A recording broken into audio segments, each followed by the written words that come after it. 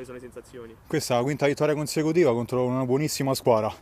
Come al solito, vedendo le partite andiamo sempre sotto, regaliamo sempre il vantaggio agli avversari e secondo me è una cosa sbagliata, però ci dice bene, quindi meglio di così non ci può andare. Per il rientro più bello di questo non ci poteva essere, con una ragazzi, vittoria, è tornato, occhio. con una vittoria 3-2 e con tutto il cuore, perché questa squadra non molla mai fino all'ultimo, come abbiamo dimostrato l'anno scorso in tutte le partite, riprendendo anche l'ultima con il Granera dell'anno scorso con un mio gol al 90esimo, poi vinta ai rigori.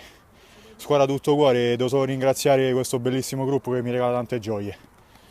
Me ne parlano tutti benissimo di questa Pisana, quindi arrivandoci con 5 vittorie alle spalle credo meglio di così non può andare, cioè arriviamo proprio con l'entusiasmo a 1000. Metteremo in campo tutto come al solito, anche se sulla carta partiamo sfavoriti, però come tutte le ultime partite siamo partiti sempre sfavoriti, però abbiamo dimostrato sempre il contrario.